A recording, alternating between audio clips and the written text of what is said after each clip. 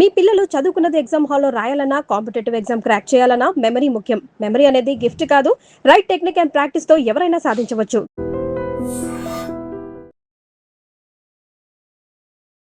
నమస్కారం, welcome to I dream.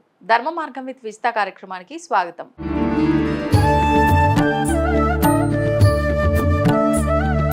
నమస్కారం అమ్మా. నమస్తే అమ్మ, గ్రామాల్లో పల్లెటూళ్ళలో అయితే ఇంతకు ముందు కాలంలో అంటే మనకు అవి కట్టెలతో లేదంటే కొబ్బరి ఆకులు, తాటి ఈ మట్టలు, వీటితో ఈ ఆకులతో కట్టిన ఇల్లు గుడిసెలు లాంటివి కాబట్టి చెదలు వస్తున్నాయి అంటే ఒక అర్థం ఉంది.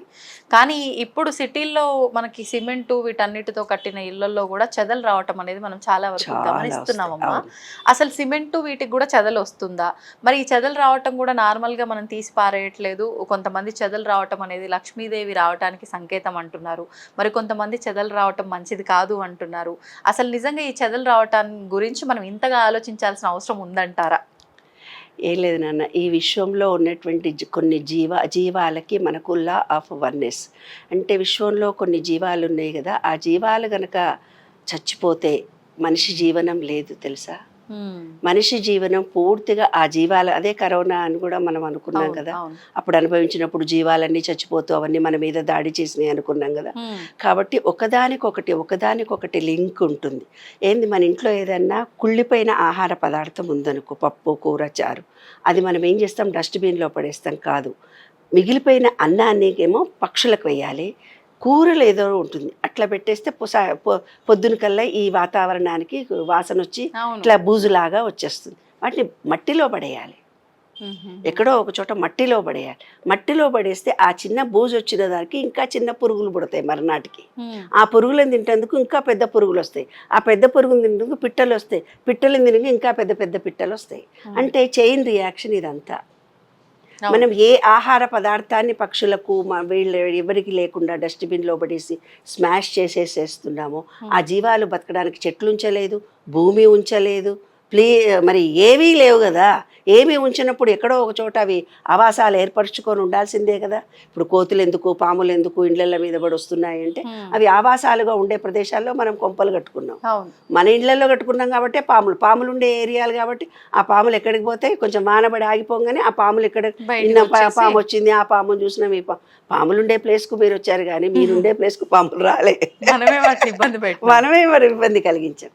అలాగా ఏదైనా ఒక నెగటివిటీ జరిగి ఇంట్లో చెదలు పట్టడము అంటే ఏంటంటే, ఆ పచ్చి చెక్క తెస్తారు, పచ్చి చెక్క తెచ్చి కబ్బోర్డ్స్ తయారు చేసి పెడతారు హడావుడిగా.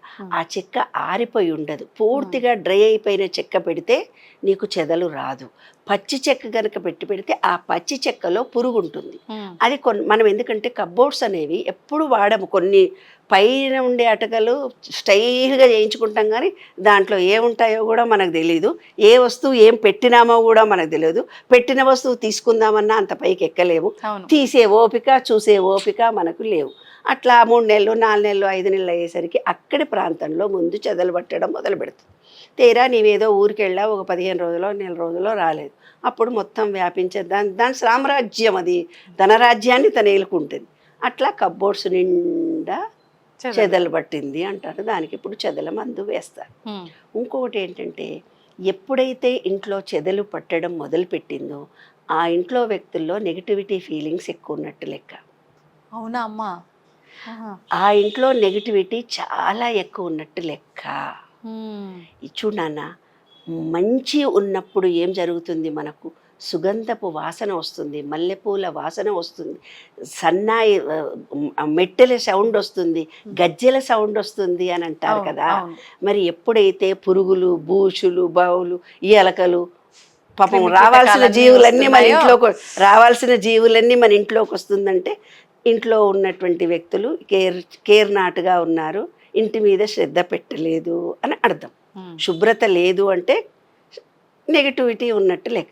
శ్రద్ధ లేదు అని అంటే వాళ్ళ ఇంట్లో ఒక అన్యోన్యత కానీ, ఒక అనురాగము, ప్రేమలు కానీ, ఒక మనిషే కష్టపడుతుంది అందరు సహాయ సహకారాలు అందించాలనే మనస్తత్వాలు వాళ్ళ ఇంట్లో ఎవరికి లేవు అని అర్థం. దానికి సూచననే ఇది. అంటే ఎవరో ఒకళ్ళ మీదనే ఆధారపడి, 3 పెళ్ళాము 2 ఇంకో ఆమె ఏం పట్టించుకోరు, వాళ్ళ డ్యూటీలు వాళ్ళు చేస్తుంటారు.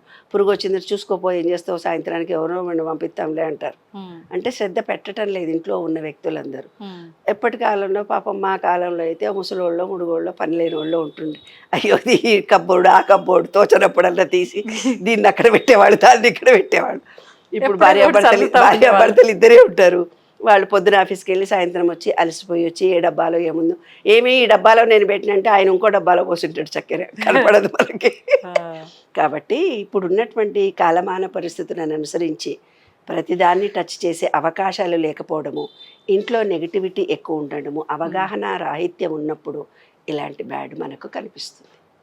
కాబట్టి శుభ్రపరుచుకొని పాజిటివ్ ఎనర్జీని పెంచుకోవడానికి ఇంకొక చిన్న టెక్నిక్ చెప్పాను నేను. ఏంది, ప్లాస్టిక్ బౌల్స్లో కానీ గాజు సీసాలో కానీ దొడ్డు ఉప్పు అని ఉంటుంది, ఉప్పు రా సాల్ట్ 4 వైపులో పెట్టుకోవాలి ఇంట్లో. ఏ పురుగులు కూడా మన ఇంట్లోకి రా. ఎప్పుడైనా ఆ ఉప్పు నల్లబడిందంటే మీ ఇంట్లో నెగిటివిటీ ఉన్నట్టే లెక్క. ఇంకా పాజిటివ్ ఎనర్జీ రావాలంటే బాత్రూమ్లలో ముండ్ల చెట్లు ఉంటాయి. మీ ఇంట్లోనే అటాచ్డ్ బాత్రూమ్లు, ఓడిపోతాడో నీళ్లు పోయకుండా వస్తాడు, మళ్ళీ ఎవడో మనం చూడాలి, ఏంద్రా వాసన వస్తుంది, పోసిన పడలేదు అని అంటాడు కానీ బద్దకస్తుడు వాడు. నీళ్ళు పోసి వచ్చినా అంటాడు కానీ వాడు పోయాడు, మర్చిపోయి వచ్చింటాడు, ఆబ్సెంట్ మైండ్ పాప. కానీ వాసన వస్తుంటుంది కంపు ఇల్లంతా. ఆ ఉప్పు కనుక పెడితే ఆ నెగిటివిటీ, ఆ బ్యాడ్ స్మెల్ని తీసేస్తుంది. ఇంకొకటి ఏంటంటే రా చెట్లు, ముండ్ల చెట్లను కనుక బాత్రూంలో పెడితే ఆ బ్యాడును అవి స్వీకరించి అవి మంచిగా పెరుగుతాయి. మన ఇంట్లో మొత్తం నెగిటివిటీ రాదు. గ్రీనరీ ముండ్ల చెట్లనేమో బాత్రూంలో పెంచుకోవాలి పాట్లో. ఇంట్లో 4 వైపులా 4 చెట్లను ఏవో ఒక చెట్టును పెట్టాలి. మీ ఇంట్లో నెగిటివిటీ ఫీలింగ్ అంతా, నెగిటివిటీ ఏది లేకుండా పాజిటివ్ ఎనర్జీ నిరంతరం వస్తుంది. 4 గోడల మధ్య ఉప్పు పెట్టడము, 4 వైపుల్లో ఒక 4 చెట్లు పెట్టుకోవడము పాజిటివ్ ఎనర్జీని ఇంక్రీజ్ చేసుకుంటుంది. మన మనసు అరోమా థెరపీకి అందుకే ఒక తులసి మొక్క పెంచండి రా బాబు అన్నారు. కాబట్టి ఓ తులసి మొక్కనో ఏ మొక్కనో మనీ ప్లాంటో ఏదో ఒకటి చక్కటిగా పెట్టుకుంటే చూడగానే గ్రీనరీ వస్తే కృతజ్ఞత ప్రేమ పెరుగుతుంది. కృతజ్ఞత అంటే హార్ట్ చక్ర ఎప్పుడైతే ఓపెన్ అవుతుందో ప్రేమ కృతజ్ఞత ఉండి ఈ చెదలు రావు, ఇంకోటి రాదు. అది రహస్యం. ఇప్పుడు తులసి చెట్టు అన్నారు, ఇంట్లో కూడా తులసి చెట్టు పెట్టుకోవచ్చా అమ్మ? ఇంటి బయటే పెట్టాలా? ఇంటి బయట పెడితే సూర్యరశ్మి కిరణాలు గనక బాగా తగిలితే తులసి చెట్టు అభివృద్ధి చెంది మంచిగా వస్తుంది. కానీ కొందరి ఇళ్లల్లో వాళ్ళు వేసే మట్టి వల్ల, అక్కడ ఉండే ఎనర్జీ లెవెల్స్ వల్ల కొందరి ఇళ్లలో తులసి చెట్టే రాదు నాన్న, ఎదగదు నాన్న. ఎదగకుండా ఉంది అంటే ఆ ఇంట్లో నెగిటివిటీ ఎక్కువ ఉన్నట్టు లెక్క.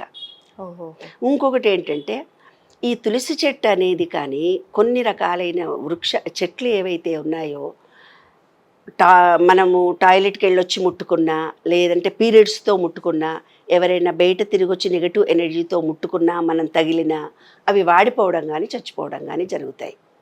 ఎందుకంటే ఎనర్జీ లెవెల్స్ ఎక్కువ ఉన్న మొక్కలు కదా అవి, ఈ నెగటివిటీని చూడగానే అవి చచ్చిపోతాయి అన్నమాట. కాబట్టి తులసిని ఇంట్లో పెట్టుకోవచ్చు, బయట పెట్టుకోవచ్చు. అంటే కిటికీ ఉందనుకో, ఓపెన్ చేసుకొని సూర్యరశ్మి కిరణాలు తగిలితే లోపల కూడా పెట్టుకోవచ్చు. కాబట్టి లోపల పెట్టుకునే ఇండోర్ ప్లాంట్స్ చాలా ఉన్నాయి, అందరి ఇంట్లో కూడా పెట్టుకుంటాం. ఎందుకంటే మా పక్కది ఇంకో గోడ వేరే వాళ్ళది కదా, మనది కాదు కదా. ఆ గోడ పక్కన వేరే వాళ్ళది కదా, ఈ గొడవపల్లి గోడనే మనది కదా. కాబట్టి మనకున్న దాంట్లోనే మనం బ్రతకాలి. ఎంత కాళ్ళు చెప్పుకోవాలనో అంతే చెప్పుకోవాలని శాస్త్రమే ఉంది కదా. కాబట్టి ఉన్న చోట గ్రీనరీని మనం రోజు చూడాలి, ఇంట్లో అన్యోన్యత ఉండాలి. పిల్లలలో ప్రేమ కృతజ్ఞత భావం పెరగాలంటే గ్రీనరీ కంపల్సరీ ఉండాలి. గ్రీనరీని చూస్తేనే ప్రేమ కృతజ్ఞత వచ్చి హార్ట్ చక్ర ఓపెన్ అవుతుంది, నెగటివిటీ మన ఇంట్లో కూడా రాదు. ప్రేమ కావాలనుకుంటే ఏం చేయాలి? ఇప్పటి నుంచి 4 మొక్కలు ఇంట్లో పెట్టుకోండి. బ్యాడ్ స్మెల్ ఇంట్లోకి రావద్దంటే బాత్రూంలో ముండ్ల చెట్లు పెంచండి. నెగటివిటీ వైరస్ ఏమీ రాకుండా ఉండాలంటే ప్లాస్టిక్ దాంట్లో కానీ గాజు దాంట్లో కానీ ఉప్పు వేసి 4 వైపులా పెట్టుకోండి. ప్రతి అమావాస్య మరునాడు తీసేయాలి. అమావాస్య వరకు ఉంచి అమావాస్య మరునాడు అన్నీ తీసి పడేసి కడిగి మళ్ళీ కొత్త ఉప్పు పెట్టాలి. ప్రతి అమావాస్య వరకు ఉంచాలి. ఓకే, అది రహస్యం. ధన్యవాదాలమ్మా. తవ్వుతూనే శివలింగం సరే దాన్ని అట్లా కప్పేసేయండి, చూపించదండి. Krishna is there. మూర్తి పూజ కాదు, సాక్షాత్ బ్రజేంద్ర నందన భగవాన్ ఉన్నారు మూర్తిలో. ఏమీ ఆశించకుండా ఆరాధించే వాళ్ళు కూడా ఉన్నారా ప్రభుజీ? నిజమైన భక్తి అంటే మనకు తెలియదు కాబట్టి